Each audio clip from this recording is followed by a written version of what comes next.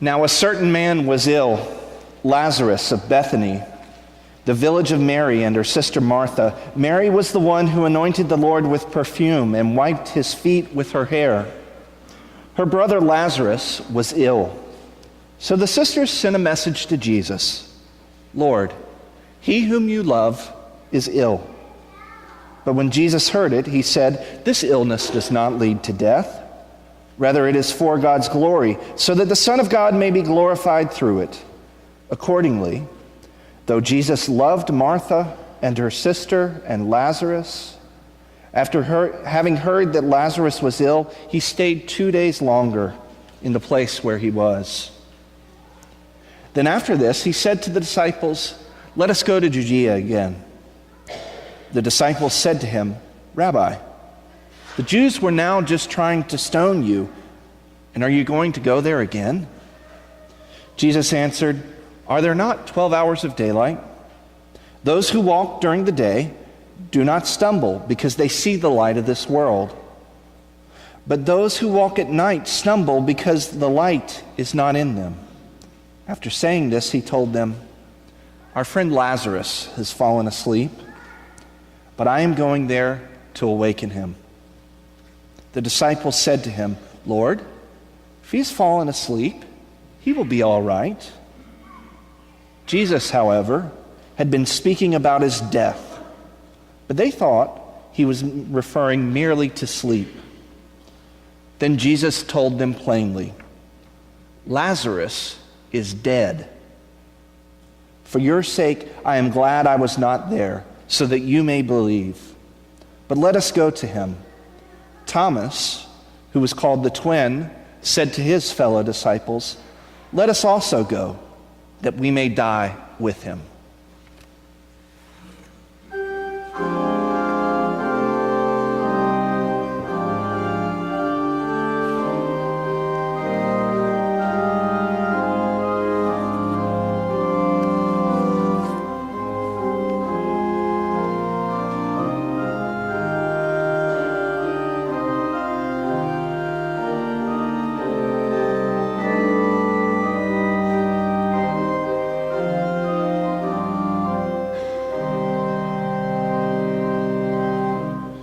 In deepest night, in darkest days, when hearts are whole, no songs we raise. When silence must suffice as praise, yet sounding in us quietly, there is the song of God.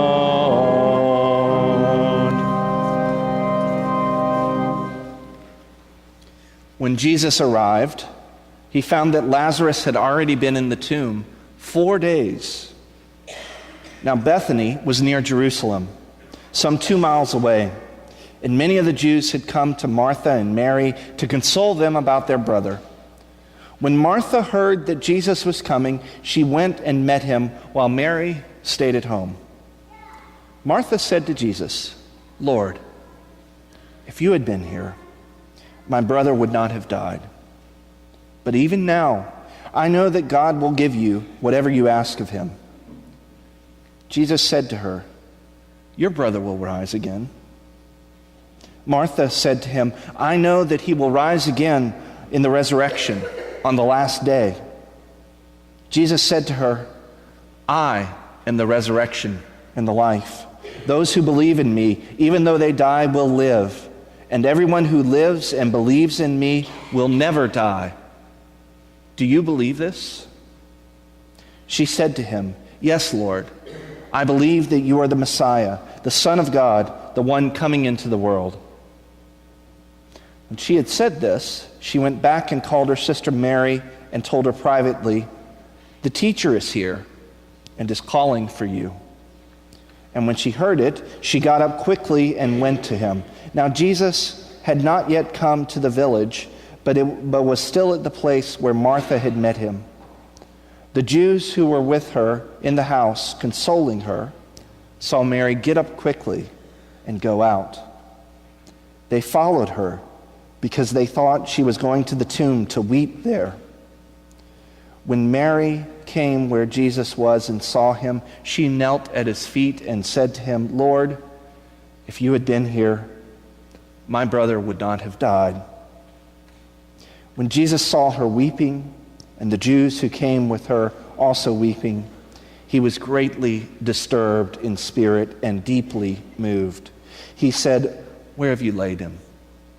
They said to him, "Lord, come and see." Jesus began to weep. So the Jews said, "See how he loved him." But some of them said, "Could not he who opened the eyes of the blind man have kept this man from dying?"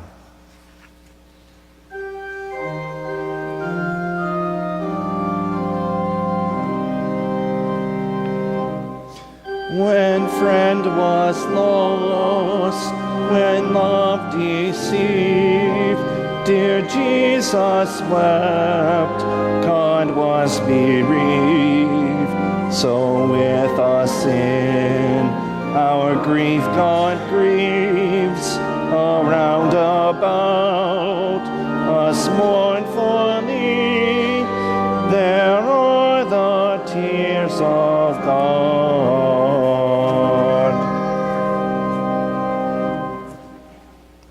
Then Jesus, again greatly disturbed, came to the tomb. It was a cave, and a stone was lying against it. Jesus said, "Take away the stone." Martha, the sister of the dead man, said to him, "Lord, already there is a stench because he has been dead 4 days." Jesus said to her, "Did I not tell you that if you believed, you would see the glory of God?" So they took away the stone. And Jesus looked upward and said, "Father, I thank you for having heard me. I knew that you always hear me, but I have said this for the sake of the crowd standing here, so that they may believe that you sent me." When he had said this, he cried out with a loud voice, "Lazarus, come out." The dead man came out, his hands and feet bound with strips of cloth, and his face wrapped in a cloth. Jesus said to him, "Unbind him and let him go." Many of the Jews, therefore, who had come with Mary and had seen what Jesus did, believed in him.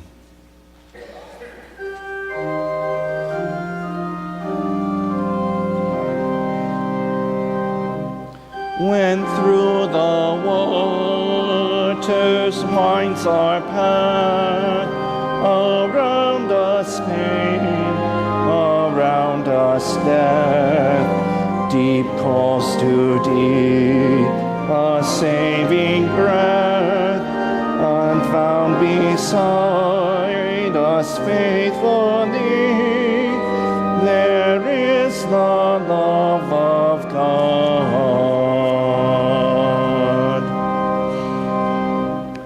The Gospel of the Lord.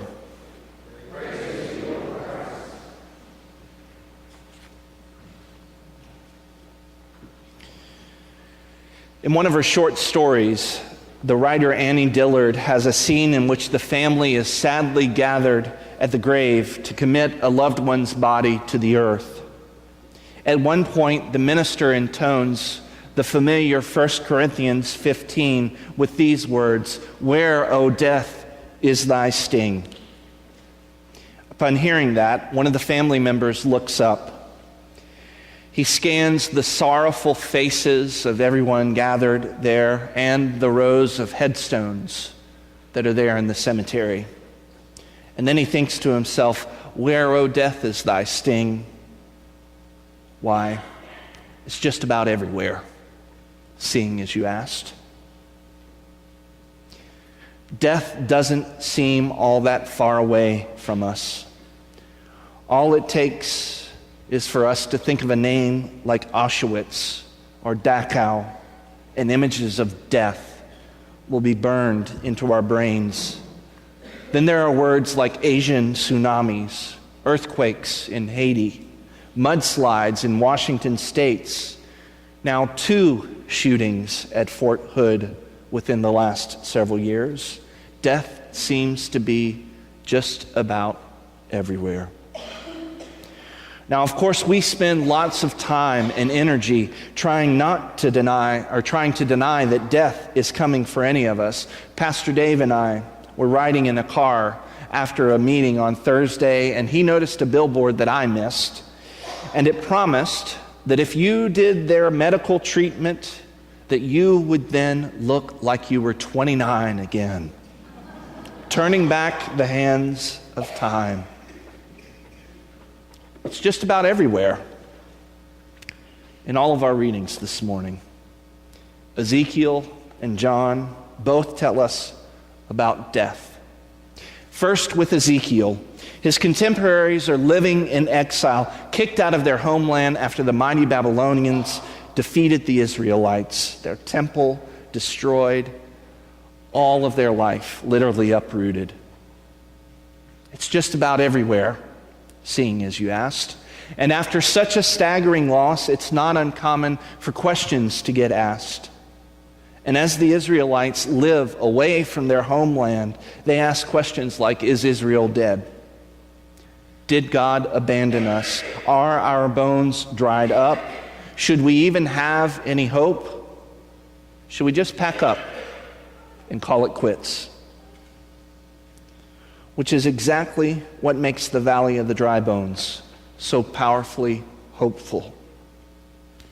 Yes, Ezekiel's response isn't exactly the most convincing of responses. Oh Lord, only you know.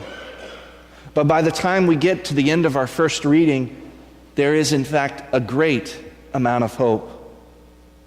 Even though Ezekiel is literally surrounded by death and loss, a possibility for new life remains.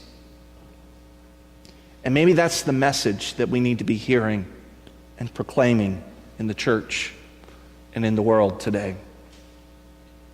We have a message to proclaim, brothers and sisters, that God is active and alive. Time and again, God's people like Ezekiel, people like Mary and Martha, have seen that it is just when things seem to be hopeless that God has a powerful way of acting by bringing things that are as good as dead back to life.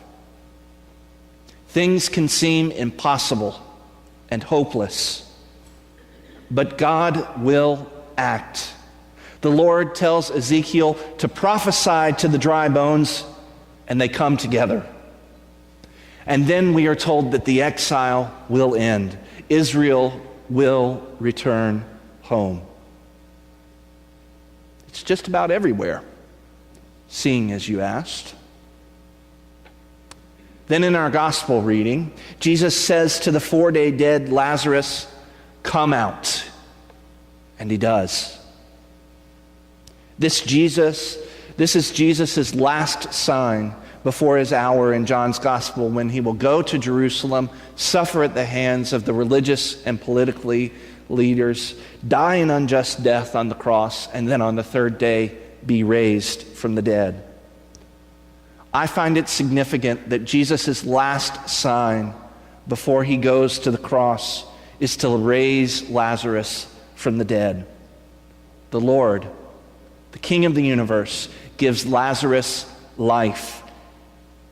But a different Lord, the Roman lords, want to make sure that Jesus is dead. Jesus is about life. He himself is life. But the religiously and politically powerful want to bring about death.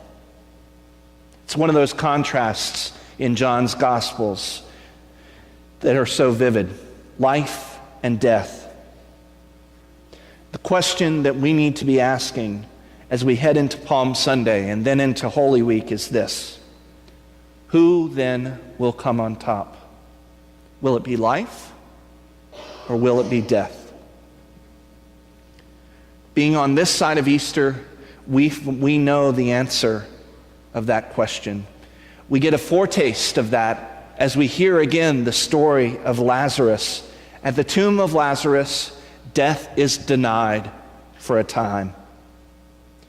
But in a few weeks, as we come to Jesus' tomb, we're going to find out that death is not just denied for a time, but is now overcome for good. There is nothing so dead that the Lord himself cannot revive it.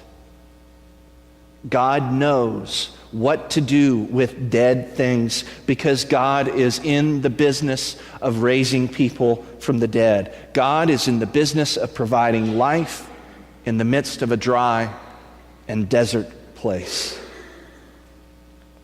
Which carries over quite nicely, I think, as we think about the church. Sometimes being a part of the church can be a hard thing. It can be quite an arid and dry place. And sometimes those arid and dry places that we all find ourselves in can bring about fear. In our darker nights, we ask questions that can make us afraid of the future. Will we be able to pay for all this construction that we've agreed to undertake with our master plan? Still, other churches that I know and love are wrestling with even deeper questions, wondering if there in fact will even be a future for their church. Now, I look around in this room and I see several retired pastors and Pastor Dave in here, and I realize that when I look at them, I'm still a newbie compared to all of them with all of this.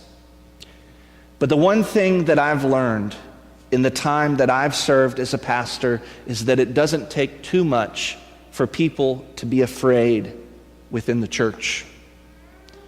All it takes is one bad financial report, one drop in worship attendance, one argument about an issue. It can be lots of things. And once that fear sets in, it can be easy to wonder if these bones can live. But let me say that this is not a time for us to be afraid as the church. While the religious landscape is changing in the United States, I don't think that our bones are dried up. God is not done with Zion Lutheran Church, nor is God done with the Church Universal. God is working in each and every one of us. Here at Zion, there's work to be done almost every single day here in this place, and every week as we gather for word and sacraments.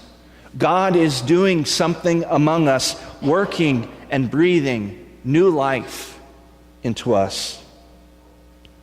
This is not the time to be afraid of the future. This is the time to say that the future is in the hands of the God of life. This is a season in our life together for us to dream big, so that the gospel of God's life will be proclaimed for the next 110 years here in this place. This is a season in our church's life when we wonder just what sort of visions God has given to the people of Zion to worship and to serve God. Can these bones live? You bet they can. Where, O death, is thy sting? Why, it's just about everywhere, seeing as you asked. It seems like such a hopeless answer to that question. People are wondering just where hope is. But because we have heard and seen the words of Jesus, I am the resurrection and the life, when people ask, where can we find hope in this world? We can answer with boldness, why, it's just about everywhere, seeing as you asked. Amen.